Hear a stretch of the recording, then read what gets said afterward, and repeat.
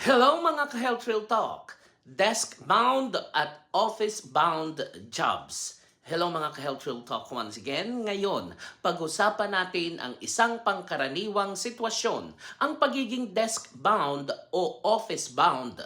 Yung tipong halos buong araw nakaupo sa harap ng computer, nagta-type, nagmi-meeting at umuupo o umuuwi na lang para matulog. Sounds familiar? Marami sa atin ang ganyan, lalo na mga OFWs at mga empleyado sa opisina. Ano nga ba ang panganib ng desk-bound lifestyle? Sedentary lifestyle, silent killer ito. Kapag laging nakaupo, bumabagal ang metabolism at ang resulta, weight gain, fatty liver at risk sa diabetes.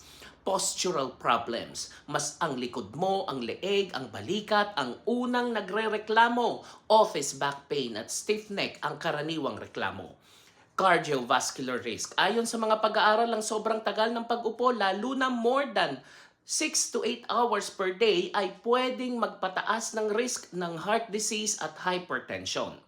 Eye strain, computer vision syndrome. Mapula ang mata, nangangati, malabong paningin at headache dahil sa whole day screen exposure. Mental health issues, stress, anxiety at burnout dahil sa pressure, deadlines at kulang sa movement.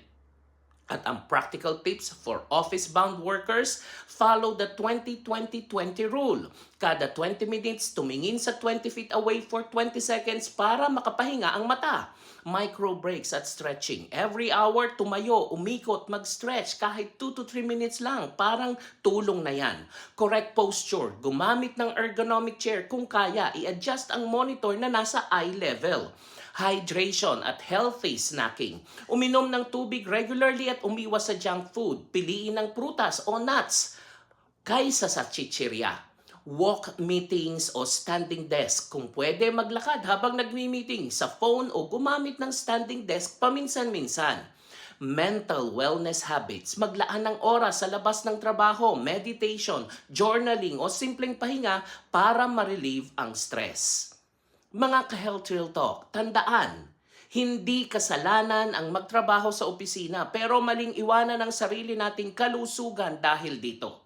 Kung hindi natin gagawa ng paraan ang ating lifestyle, mauuwi pang mag-retire ang katawan kesa sa ating trabaho. Ako po si Arlene para sa Health Real Talk. Have a nice day everyone.